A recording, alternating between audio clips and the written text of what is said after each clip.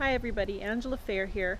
I'm just standing outside in my yard and I'm about to walk over to my studio, and I thought it would be fun to give you a studio tour. So first we'll just take a look around and then you can see where I live and work, and then we'll go up into the studio and I'll show you my space. I'm quite proud of it. It's very functional and it's also a lot of fun. Okay, so this is really not the best view of my house, but there it is. And if we just turn, I live on an acreage, and there's bikes everywhere because I have 3 kids, and we have about 6 acres, and this is our shop and garage. My husband built this about 5 years ago, and above the garage up there is my studio. So we access it through these stairs here at the back of the carport, and you can see something cool here is my husband's hot rod. This is a Rat Rod 38 Dodge Fargo, and he pulled it out of the bush. It was an old farm truck, and everything you see here he built from scratch. So it's pretty cool. He's got his sweat on and DNA on every piece of that truck. And same with the gas pump, something we dragged home and he fixed up and painted. So I'm married to a pretty creative guy, and we both respect each other's creativity in our different fields. And now we're just going to head up to the studio, and you can take a look. One thing I like is I can see my house from the deck, and I have a nice big deck here which we actually use for family parties and stuff too. Still need to furnish the outdoor part of my studio, and I like being close to my home so I can keep an ear open for my kids. I also find our yard very peaceful.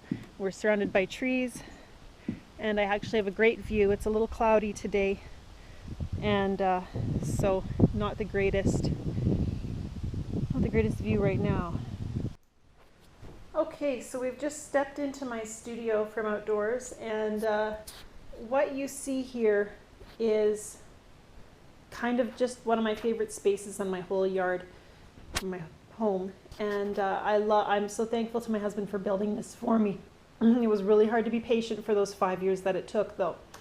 And what I love is that we've worked on this together, and we've really tried to make it as creative as we could. And there were times when my mom would tell me, my mom would comment a few times, you know, like, there is easier ways to do this, you guys, because we built the floor we built from raw lumber rather than buying hardwood, and the ceiling, which is absolutely beautiful. You can see the tiles up above here, and these we painted and then stained and then varnished. And I could do 13 at a time in the shop, so that took a few days.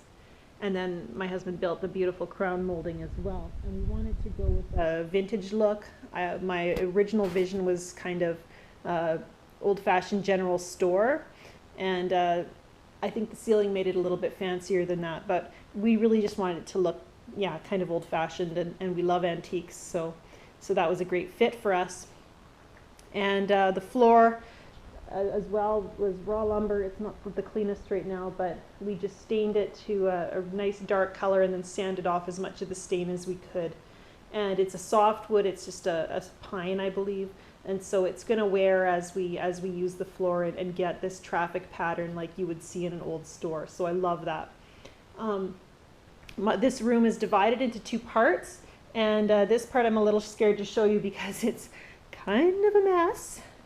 And this is, you know, the next on the list for my studio is just to get some storage in here, because I just don't have storage. As you can see, there's a bed in this corner. We can use this room as a guest room when we have family come visit, which is great because our house, we have to kick the kids out of their rooms if we're having company. So they are happy to have a quiet space for guests, and our guests are happy because it's nice and peaceful up here, and I'm self-contained, so we're thankful for that. And yet the only person who complains, I guess, when we have company is me, because of course I'd like to be in here using the studio. I have these 2 large tables, and this is where I do all my painting. I have these 2 large tables. This is where I do all my painting, and my classes. And one of these tables is extended to its full length. The other one I can make a little longer too, so I can fit 10 to 12 people in here. It might be a tight fit, but we can get everybody in here. And then I have some painting storage over here, this gorgeous antique cabinet that was a gift from my grandmother. And I have wonderful memories of growing up and seeing it in her home full of fabric, because she's a quilter. So that's pretty special and meaningful to me. And somewhere along the line, like I said, we do need storage in the studio. So we have plans to build a big cabinet to fit along this wall here. But until then, you can see I have what I call my thinking wall. I just have a little clothesline set up, and any new paintings I've finished, or paintings I'm not sure if they're finished, or little doodles that I've done, I can hang up here and look them over. Sometimes a painting that doesn't look good to me at first will kind of grow on me, and I'll realize it is pretty special. Sometimes a painting I think is great, after hanging for a while, I start to see the weaknesses in it and decide I want to paint it over again.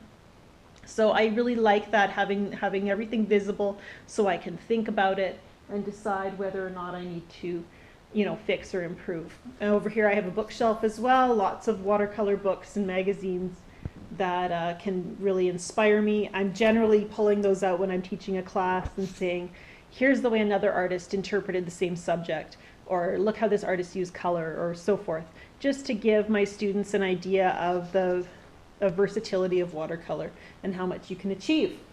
You can see as well my tripod set up, and usually the camera I'm holding goes, it's just a GoPro, but I like it because it has a wide field of view for filming when I'm teaching a class.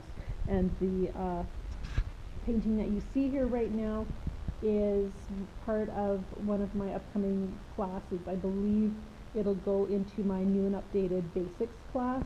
So if you're taking basic techniques for watercolor and you don't recognize that, you'll want to check out that course again in a few days, and you'll be able to take the lesson that demonstrates this painting.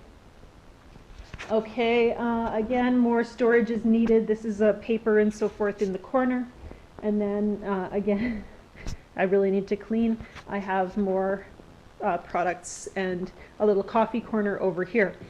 You see a lot of scrapbooking products over in this corner, and that was something I used to do. I just kind of do scrapbooking and paper crafting socially with my friends now, but I used to teach classes in that before my watercolor got so busy.